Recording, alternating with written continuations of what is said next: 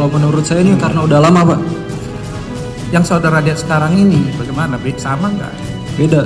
Beda. Ya itu ya, beda ya.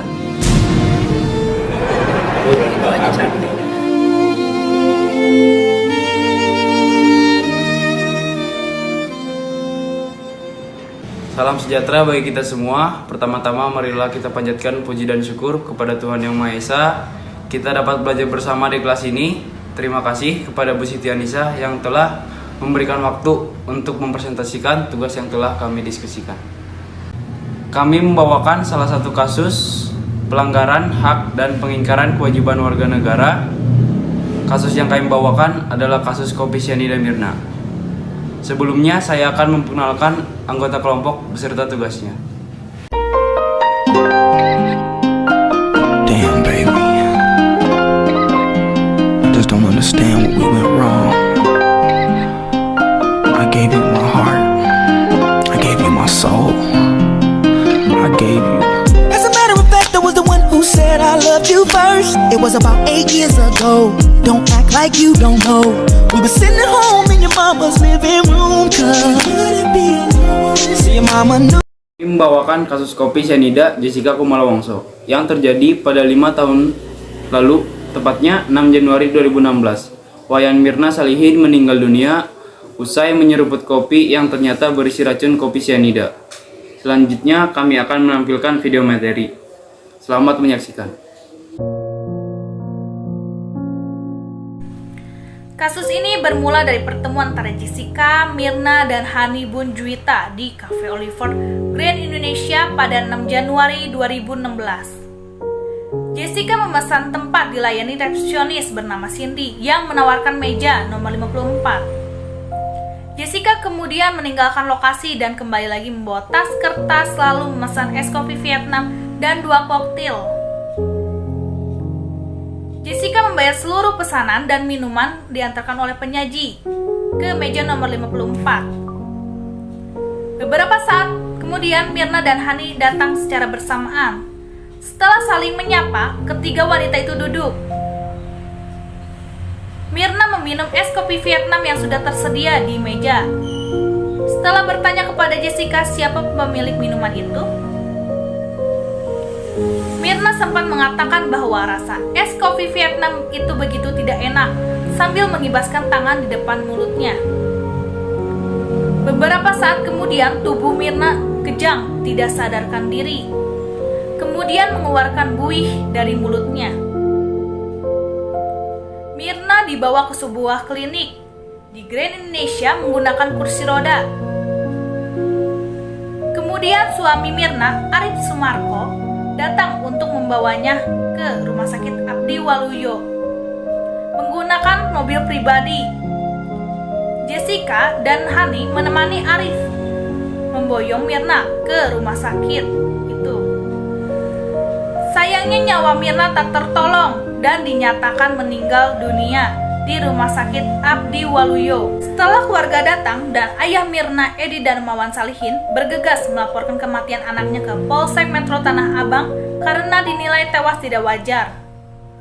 Setelah melapor, Darmawan Salihin tidak langsung mengizinkan polisi mengotopsi jenazah Mirna. 3 hari setelah kematian, Direktur Reserse Kriminal Umum Polda Metro Jaya, Komisaris Besar Polisi Krisna Murti, berbicara dengan Darmawan Salihin agar mengizinkan anaknya diotopsi. Namun ternyata Mirna tidak diotopsi, melainkan hanya diambil sampel dari bagian tubuhnya saja untuk diteliti. Pada 10 Januari 2016, jenazah Mirna dikebumikan di Gunung Gadung, Bogor. Kemudian hasil pemeriksaan sampel menemukan zat beracun di dalam tubuh Mirna yang membuat lambungnya korosif, sehingga tewas dalam hitungan menit. Setelah menelan es kopi itu, hak yaitu kuasa menerima atau melakukan suatu hal yang memang semestinya diterima atau dilakukan. Kewajiban adalah suatu hal yang harus dikerjakan oleh pihak tertentu dengan rasa tanggung jawab serta prinsip yang bisa dituntun secara oleh pihak berkepentingan. Hak asasi manusia adalah konsep hukum dan normatif yang menyatakan bahwa manusia memiliki hak yang melekat pada dirinya, karena ia adalah seorang manusia. Hak asasi manusia berlaku kapan saja, di mana saja, dan kepada siapa saja, sehingga sifatnya universal. HAM pada prinsipnya tidak dapat dicabut. Pembunuhan adalah suatu tindakan yang menghilangkan nyawa seseorang dengan cara melanggar hukum maupun yang tidak melawan hukum. Pembunuhan biasanya dilatar belakangi oleh bermacam-macam motif, misalnya politik, kecemburuan, dendam, membela diri, dan sebagainya. Pembunuhan berencana adalah kejahatan merampas nyawa manusia lain atau membunuh setelah dilakukan perencanaan mengenai waktu atau metode dengan tujuan memastikan keberhasilan pembunuhan atau menghindari penangkapan. Sisa cairan minuman es Vietnam Coffee. 2. 1 botol yang berisi sisa cairan minuman es Vietnam Coffee. 3. 1 buah tas perempuan merek Charles & Kate warna coklat. 4. Pakaian atas wanita warna coklat. 5. Beberapa potongan rambut. 6. 1 buah botol cairan Bioderma. 7. 1 kotak obat Centralin Sadon 50 mg berisi 3 lembar atau 30 tablet. 8. 1 botol merek 2 Tang yang berisi sisa obat Cina. 9. Tablet obat Razol 20 mg. 10. 2 tablet obat Maxpran 15 mg.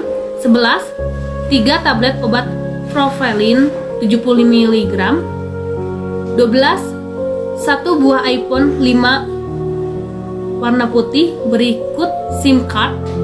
13. SIM card outpost nomor 040337118888. 14. 3 buah botol berisi cairan dibungkus kertas warna putih, diikat pita warna merah, berlabel kertas motif kotak-kotak merah putih bertuliskan Bath dan Body Works. 15. 1 buah iPhone 6s warna rose gold berikut SIM card. 16. 1 unit flash disk Toshiba 32 GB warna abu-abu serial number 1430ATA 412CA rekaman CCTV dari restoran Oliver West Mall Grand Indonesia. 1 unit mesin penggiling kopi. 18. 1 unit jug stainless untuk air panas. 19. 1 unit teko lock and lock plastik untuk tempat susu. 20. 1 set meja kursi table 54. 21. 2 kaleng contoh susu kental manis. 22.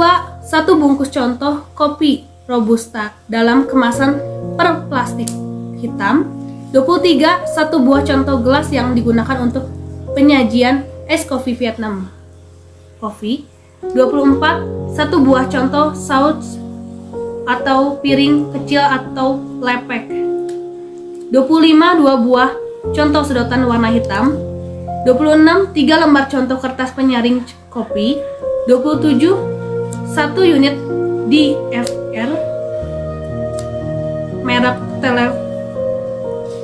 Televi model FD 161S serial number 474895448 warna hitam. 28. 1 unit kabel power DVR warna hitam. 29. 1 unit hard disk eksternal merek WD My Passport Ultra 500 GB warna hitam. 30. Jam yang tertera di atas 15.34.9. Ini siapa Anda kenal? Dari tayangan CCTV ini, Hani dan Mirna tampak memilih kopi dan juga roti serta kue di Cafe Olivier. Sebelum keduanya menghampiri Jessica yang lebih dulu memesan meja. Tak lama kemudian Mirna pun kejang-kejang dan dikerumuni pengunjung kafe. Mirna yang tidak sadarkan diri langsung dibopong oleh pegawai kafe dengan kursi roda. Tayangan CCTV yang diputar di persidangan memang tidak begitu jelas merekam aktivitas Jessica dan Mirna. Sebab selain jarak CCTV dengan lokasi mereka minum kopi cukup jauh dan kualitas gambar CCTV tersebut juga tidak begitu baik.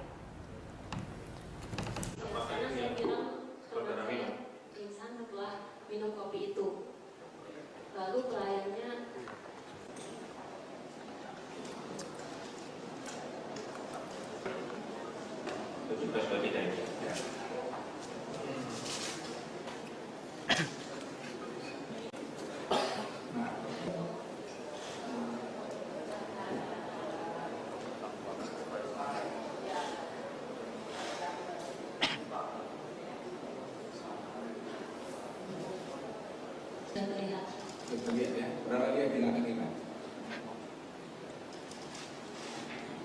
Ramai-ramai dengan yang lain. Iya, ini saudara lihat kan? Ya, gitu. Saudara lihat ya, ini ada Mirna ya. Dalam sidang putusan pada 27 Oktober 2016, Jessica divonis hukuman 20 tahun penjara karena dinilai terbukti melanggar pasal 340 Kitab Undang-Undang Hukum Pidana KUHP tentang pembunuhan berencana.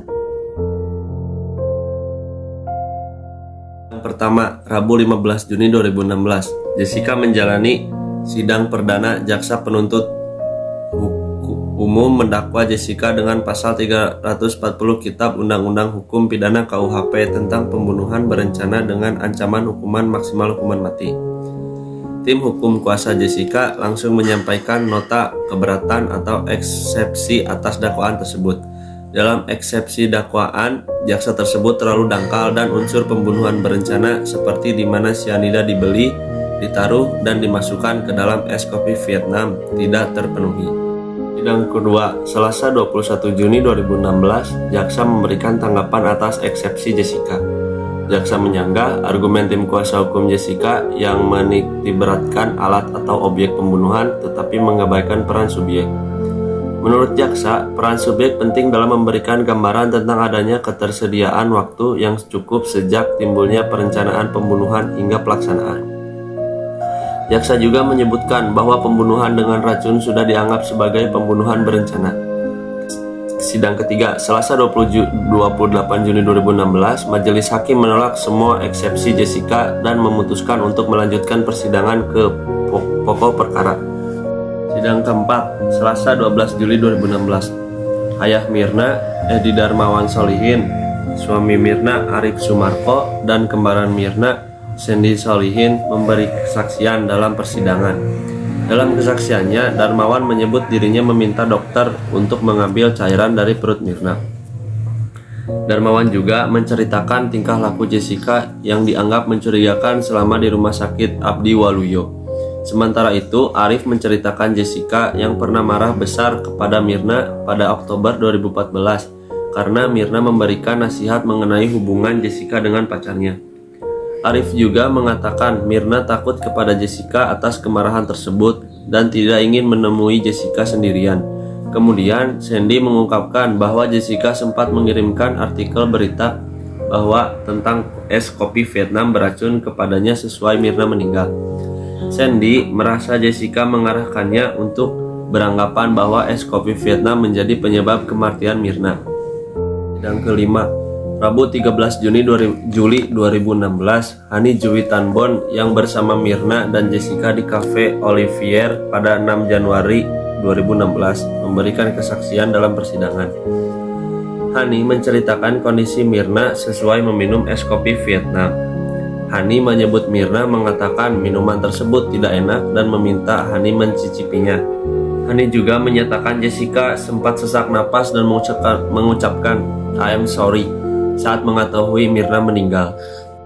Sidang ke-6, Rabu 20 Juli 2016, persidangan mendengarkan bahwa kesaksian 3 pegawai Olivier, yakni Aprilia Cindy Cornelia sebagai resepsionis, Marlon Alex Napitupulu sebagai pelayan, dan Agus Triyono juga pelayan. Dalam kesaksian mereka, Jessica disebut tidak memiliki pilihan duduk di meja nomor 54 karena hanya meja itu yang kosong dan sesuai pesanannya. Jessica juga langsung membayar pesanannya yang disebut tidak biasa dilakukan pembeli lain. Sidang ke-7, Kamis 21 Juli 2016, jaksa menghadirkan saksi pegawai Olivier dari sejumlah pegawai Olivier yang bersaksi dalam persidangan. Belum ada satupun yang melihat Jessica memasukkan cyanida ke dalam es kopi Vietnam.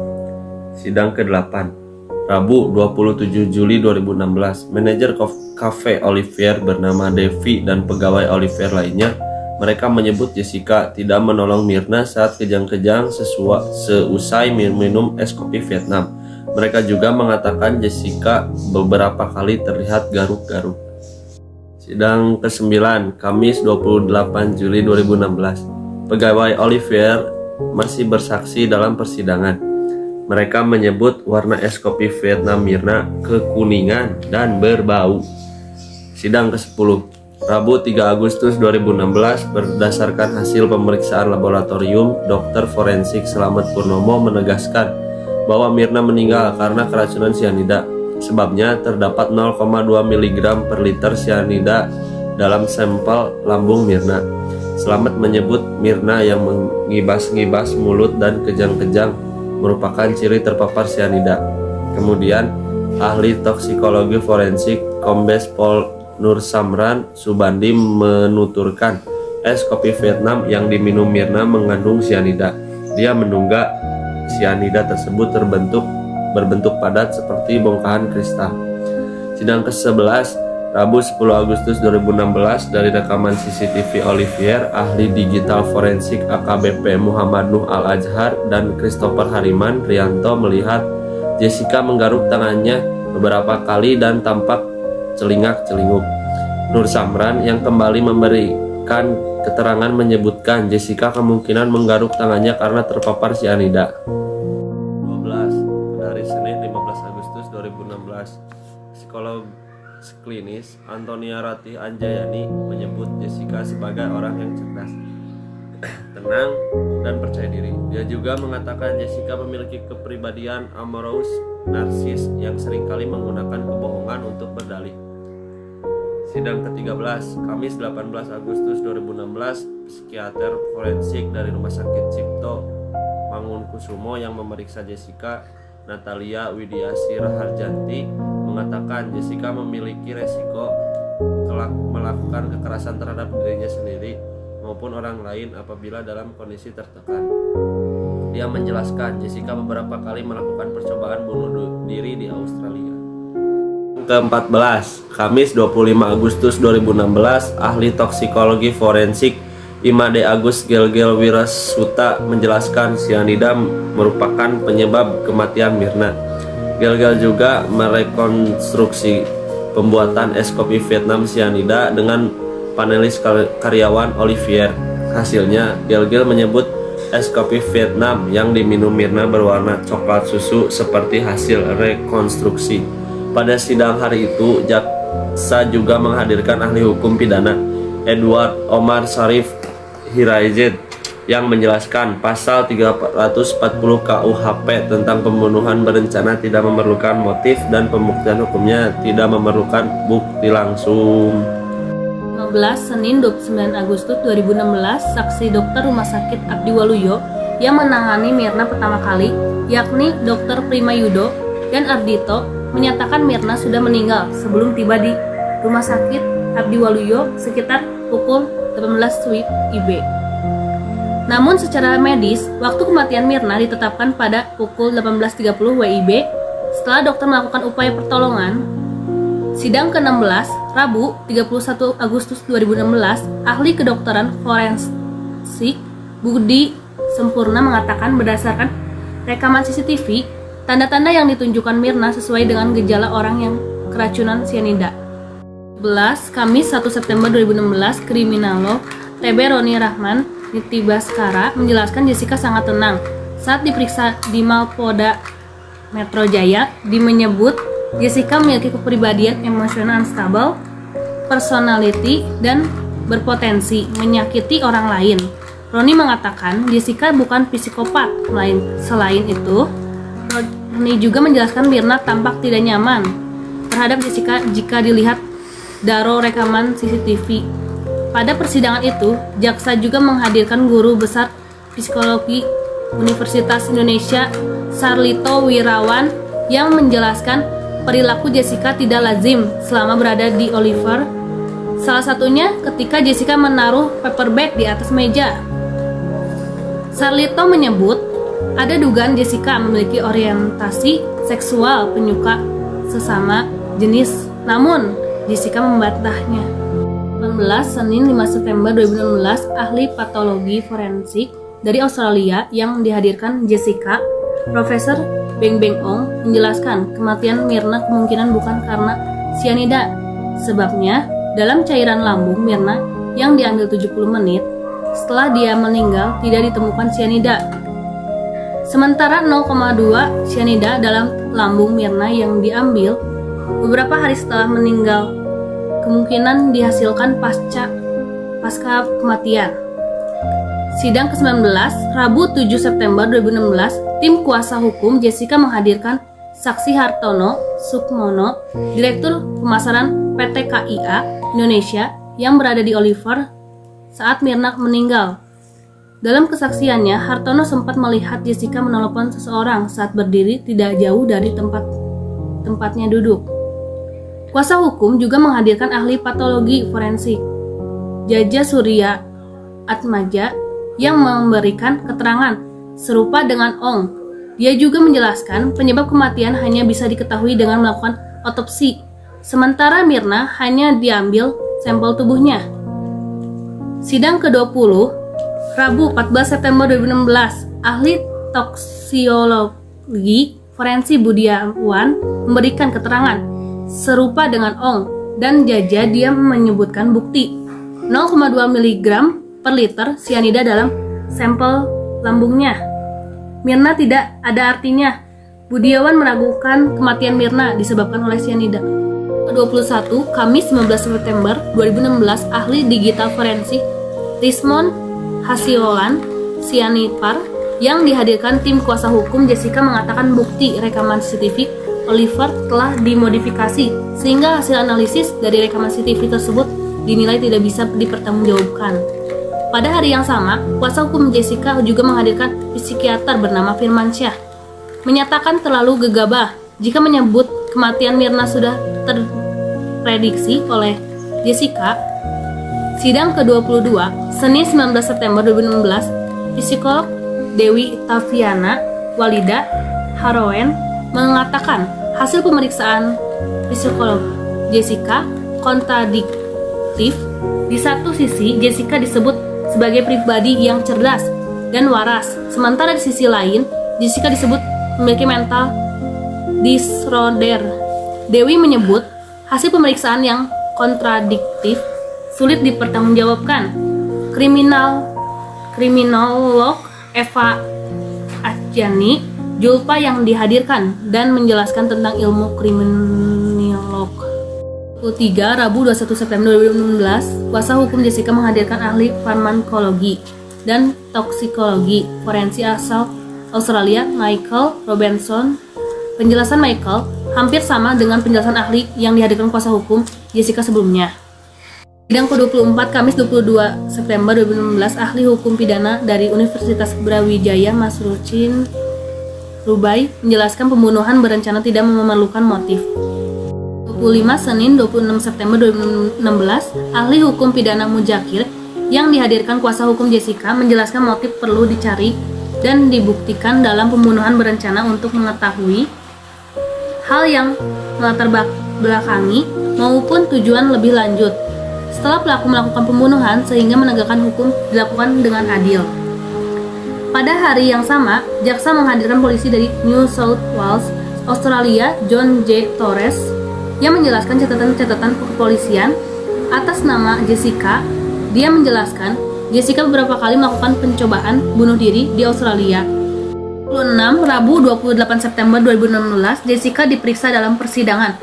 Dia menyatakan tidak menyentuh dan memasukkan apapun ke dalam gelas es kopi Vietnam Mirna. Jessica tercatat beberapa mengatakan lupa saat jaksa dan majelis hakim bertanya. Sidang ke-27 Rabu 5 Oktober 2016, jaksa akan membacakan surat tuntunan terhadap Jessica dalam persidangan hari ini. Ke-28, 12 Oktober 2016, Jessica dan tim kuasa hukumnya membuat pledio dan nota pembelaan. Dalam pledionya, Jessica menyatakan tidak meracuni dan membunuh Mirna.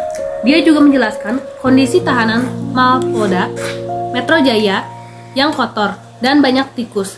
Bagi Jessica, Mirna adalah sosok teman yang baik. Kematian Mirna merupakan mimpi buruk Jessica dan keluarganya. Sementara, tim kuasa hukum Jessica menilai motif sakit hati tidak masuk akal. Mereka juga menyebut kematian Mirna bukan karena cyanida. Kemudian, mereka meminta penjelis hakim menolak bukti rekaman CCTV karena bukti tersebut dinilai tidak sah. Sidang ke-29 Kamis 13 Oktober 2016, pembacaan pledio dari tim kuasa hukum Jessica dilanjutkan. Tim kuasa hukum menyebut Jessica tidak terbukti meracuni Mirna. Sidang ke-30 Senin 17 Oktober 2016, jaksa menanggapi pledio Jessica dan tim kuasa hukumnya. Dalam replik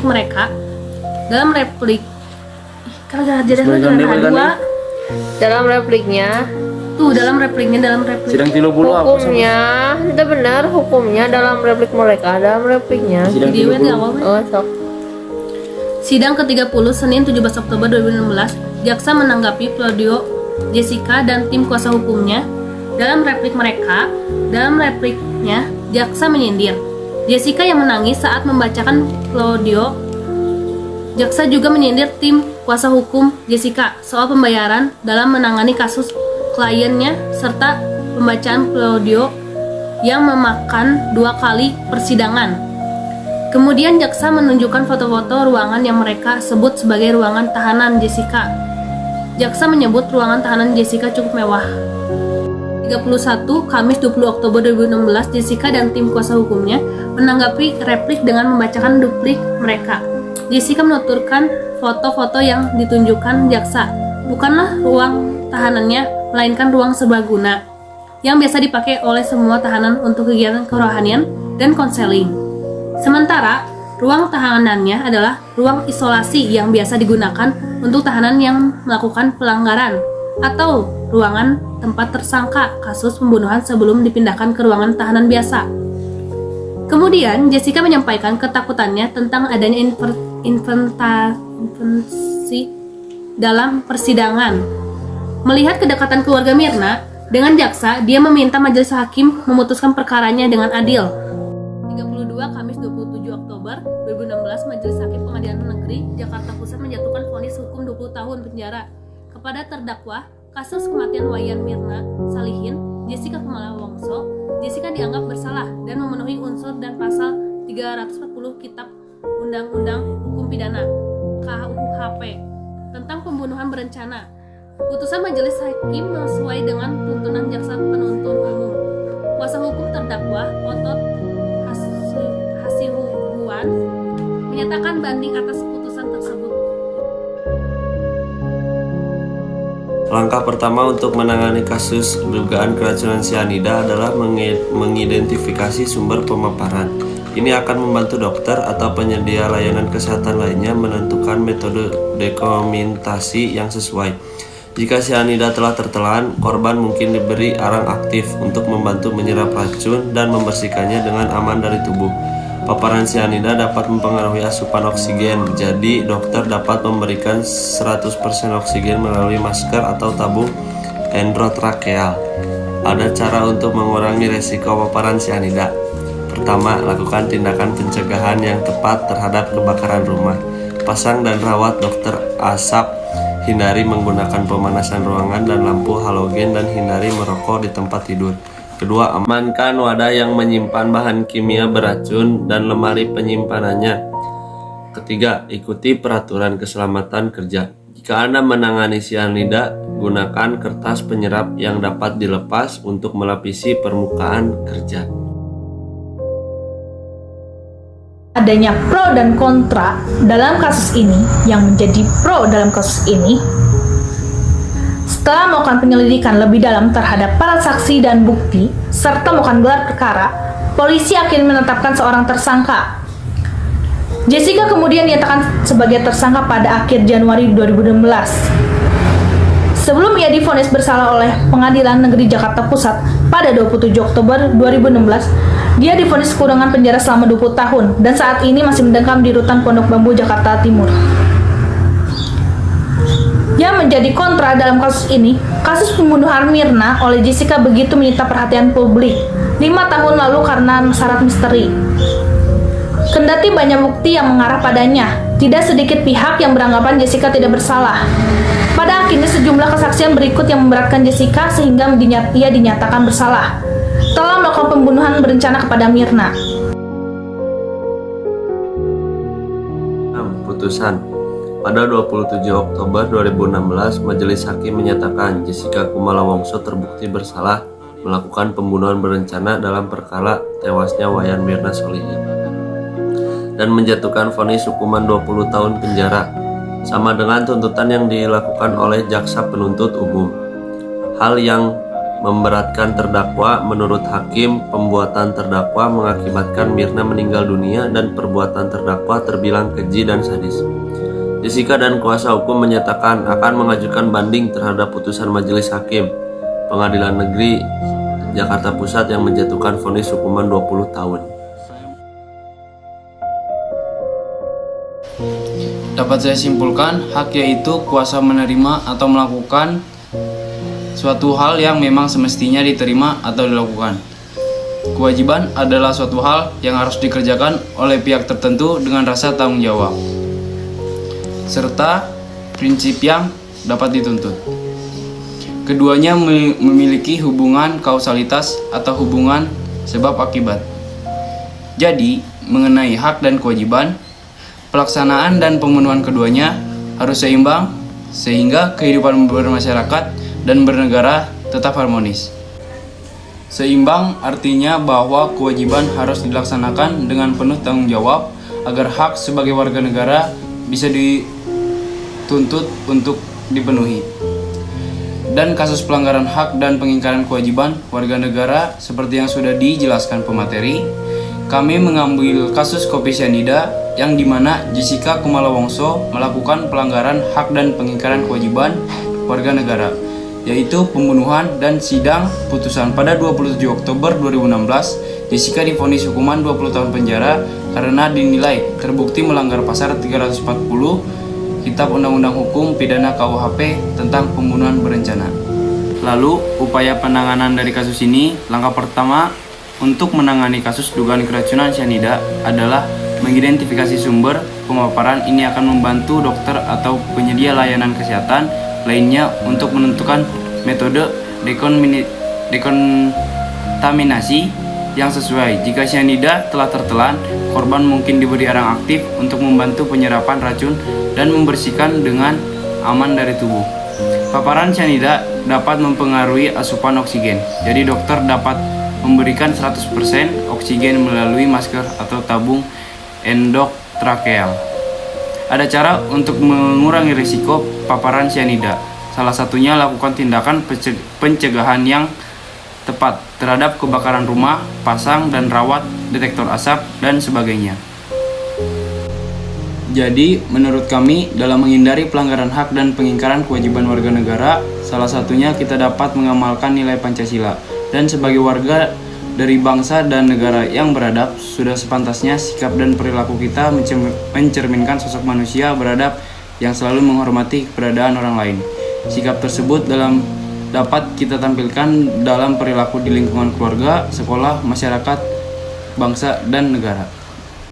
Cukup sekian materi yang kami sampaikan, saatnya masuk ke sisi hiburan. Selamat menyaksikan dan semoga terhibur.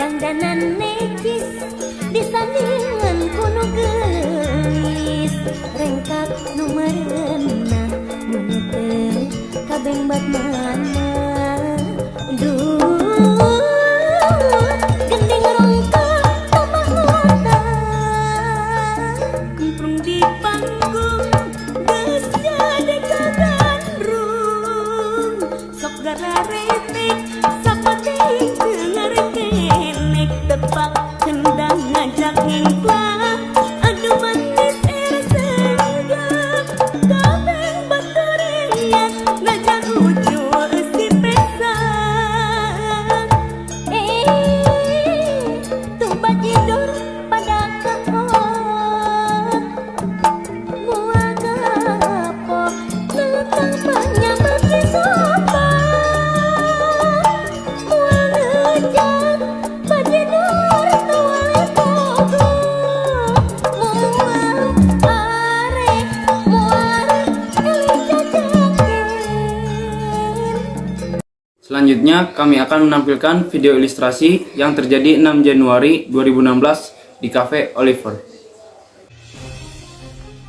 Jessica tiba di restoran Oliver pukul 15.30 dan langsung memesan tempat duduk untuk 4 orang di area tidak merokok, tepatnya di meja nomor 54. Dia kemudian memesan es kopi Vietnam serta memesan 2 koktail, yaitu Old Fashion dan Sazerac. Dia juga sekaligus langsung membayarnya. Terdakwa langsung membayar minuman, dan untuk itu terdakwa berjalan menuju kasir sambil menengok dan memperhatikan situasi dan keadaan dalam restoran Oliver. Ini saat dimana barista Rangga mengantar minuman ke meja Jessica nomor 54.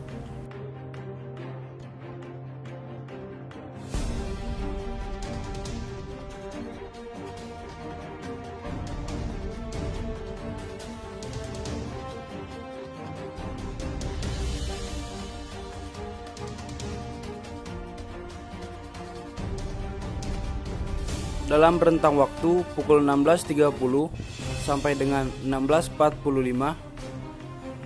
terdakwa langsung memasukkan racun natrium cyanida (NaCN) ke dalam gelas berisi minuman es kopi Vietnam yang disajikan untuk korban Mirna.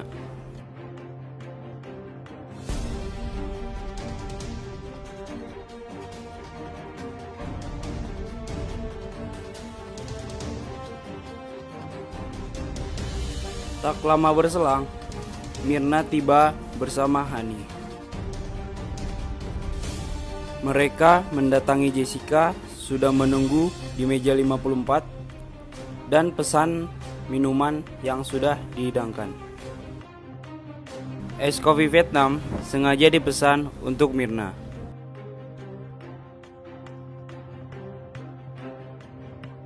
Usai bertegur sapa, Mirna meminum es kopi Vietnam.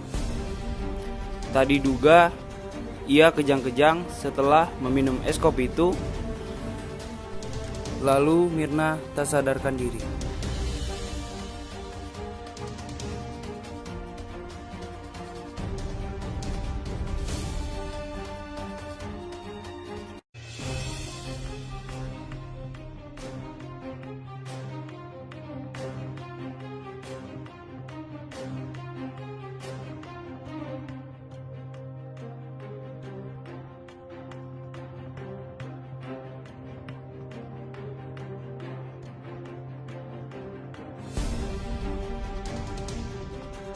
Sekian materi dari kami. Sekiranya materi yang kami sampaikan dapat bermanfaat dan menambah ilmu pengetahuan akan pelanggaran hak dan pengingkaran kewajiban warga negara Indonesia. Jalan-jalan pakai bus mini. Jangan lupa membeli semangka.